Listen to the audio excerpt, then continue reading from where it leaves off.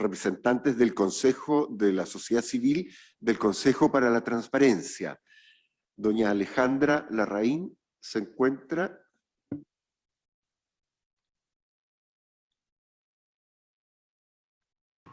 Sí, acá estamos. Buenas tardes, adelante. Buenas tardes. Bueno, primero que nada, les queremos agradecer por recibirnos el día de hoy y también quiero decirles a nombre del COSOC, del Consejo para la Transparencia, que les agradecemos por el gran trabajo que están realizando para el beneficio de todos y todas las chilenas y chilenos. Y hoy hemos venido desde una disposición de colaborar desde el trabajo que nosotros hemos hecho. Quiero presentarles también a miembros del COSOC que me acompañan: Carolina Figueroa, presidenta de Fundación Emilia; Emanuel Océs, jefe de la carrera de Administración Pública de la Universidad de Viña del Mar; y quien les habla, Alejandra Larraín, directora de Fundación Tribu y presidenta del COSOC. Entonces, ¿qué es el COSOC del Consejo para la Transparencia? El COSOC del Consejo de la Sociedad Civil, de acuerdo a la Ley 20.500, es un mecanismo de participación ciudadana establecido en la política de participación del Consejo para la Transparencia. Tiene un carácter consultivo, deliberativo y no vinculante. El actual COSOC fue electo por una red de organizaciones de la sociedad civil y se conformó luego de una votación realizada en octubre del 2020. Y este COSOC tiene una particularidad, que fueron los estándares que se puso el Consejo para la Transparencia, y estos fueron paridad de género y descentralización también.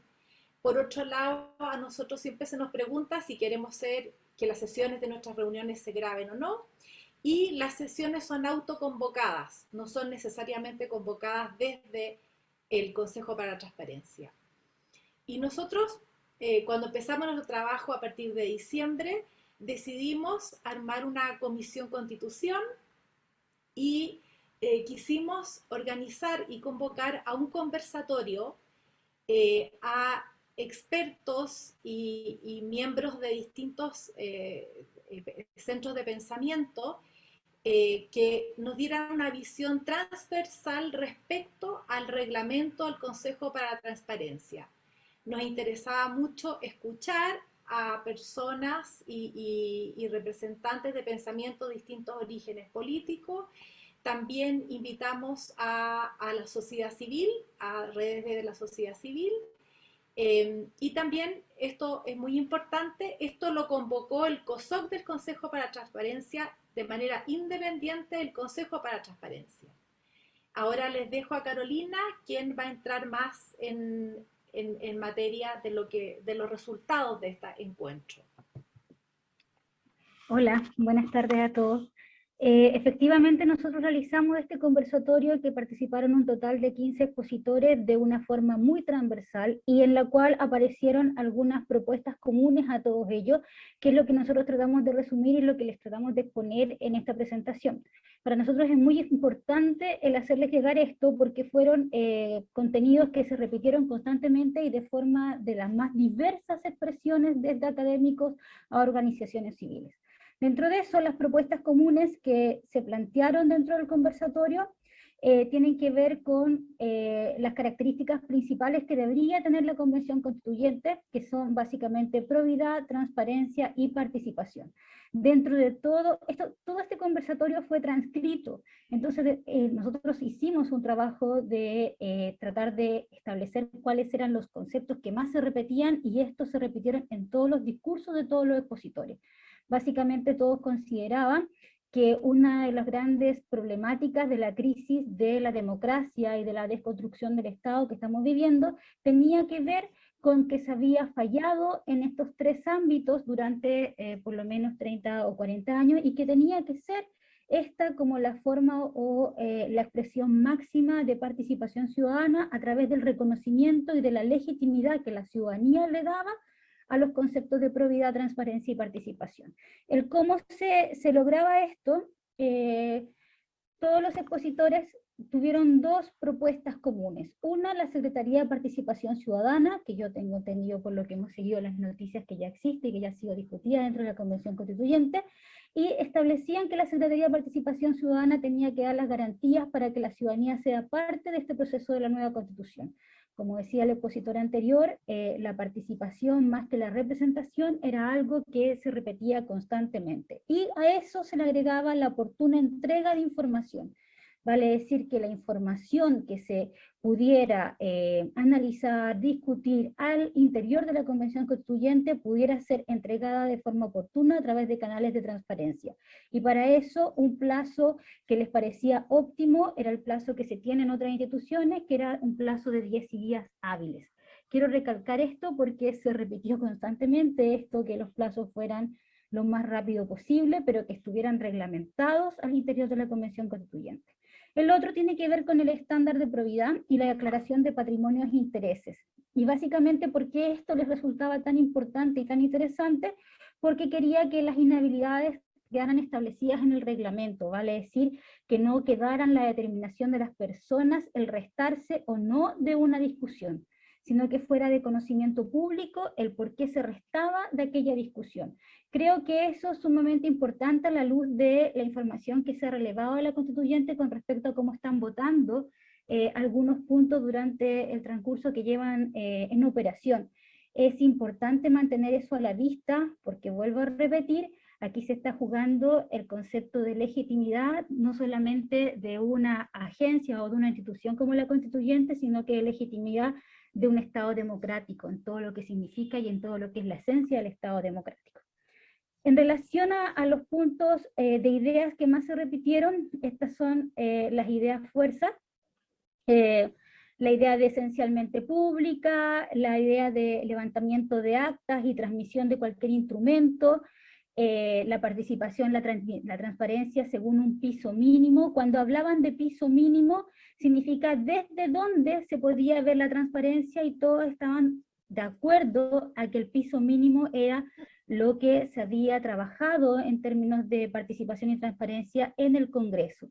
Pero vuelvo a repetir, para todos ellos, transversalmente, era el desde donde se tenía que empezar a trabajar. Todos apuntaban a que se le debía pedir una mayor transparencia y probidad en términos de lo que sería la constituyente.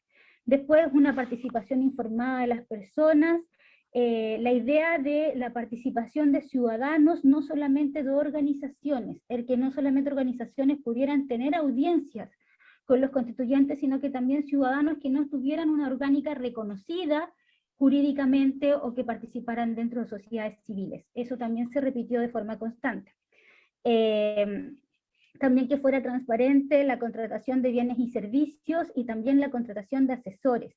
Y aquí quiero recalcar algo que se repitió también en los panelistas expositores del conversatorio, determinando que en esos pequeños detalles se jugaba la confianza de la gente, finalmente en el cual transparente pudiéramos ser en el aporte de información del por qué estábamos contratando bienes y servicios, o por qué se estaba contratando asesores, estableciendo y reconociendo qué tipo de asesores tenían los constituyentes, también era muy importante y formaba parte de las ideas de transparencia. La idea de que fuera una institución ordenada y funcional apareció también. Que la reserva no tenía lugar en este espacio, por lo tanto la participación y la transparencia tenía que ser el foco de todo, una participación informada. Si se dan cuenta, las ideas, si bien son de diversos expositores que participaron en nuestro conversatorio, tienen todos conceptos comunes, que yo creo y les pido que sean considerados en las futuras conversaciones que ustedes tengan. Con respecto a los puntos controversiales, porque también hubieron propuestas controversiales, nosotros pudimos detectar dos. La idea de la posibilidad de reserva, que ya la vimos, y que básicamente se sostiene, y este OSOC sostiene luego el análisis de todo el conversatorio, de que cualquier tipo de reserva provocaría una desconfianza a la ciudadanía. Por lo tanto, considerando que la Convención Constituyente no va a tocar temas de interés nacional o de seguridad de Estado, me refiero, el cualquier tipo de reserva por el que se mantengan o no se mantengan las transmisiones de las sesiones podría generar un grado de desconfianza increciendo dentro de la ciudadanía, que es algo que nos preocupa a la luz de las últimas estadísticas de cosas como el Latino Barómetro, que realmente no nos favorece mucho como país en términos de legitimidad.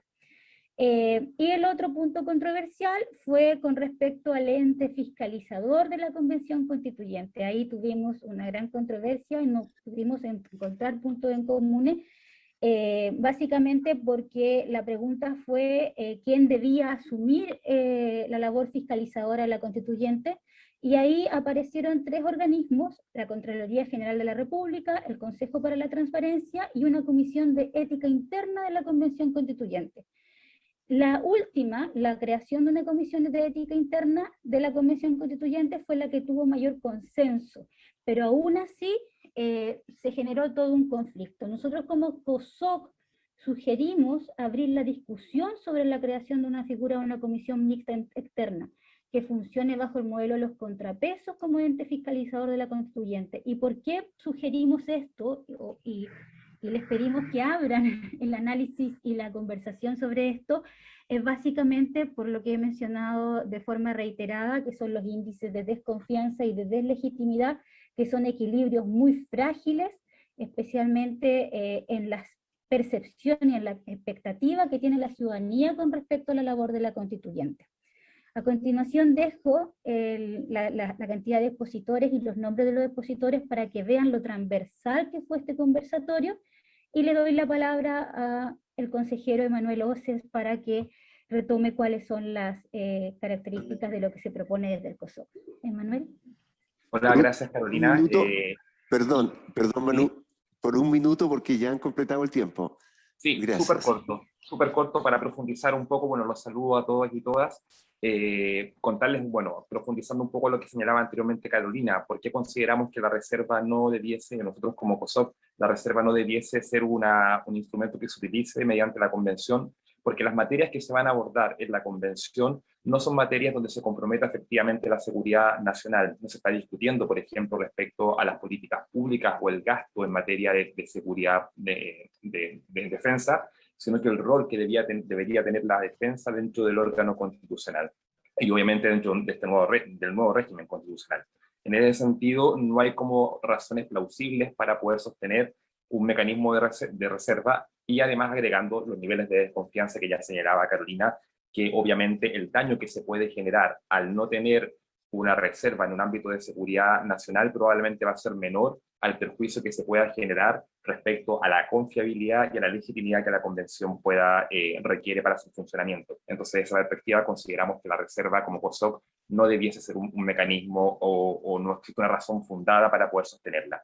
Y respecto a los órganos de control, si bien, como decía Carolina, la mayoría de las propuestas, o gran parte de estas, de los integrantes del conversatorio, sugerían el sostener una comisión de ética, esa comisión de ética nosotros vemos la dificultad en dos dimensiones: una de orden práctico, de cómo se va a constituir esa comisión, lo cual obviamente va probablemente a demorar mucho más tiempo, y también respecto a cuál es el nivel de confianza que podría depositar la ciudadanía dentro de una comisión de ética, considerando el contexto de cómo estas han funcionado en otros órganos, ¿no es cierto?, como ha sido, por ejemplo, las comisiones de ética del Parlamento.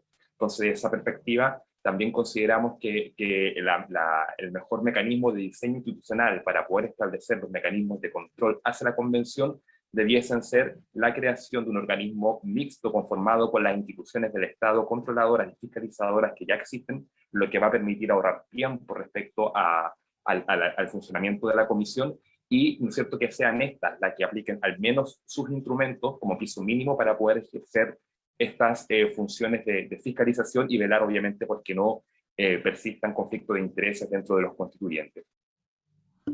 Muchas gracias.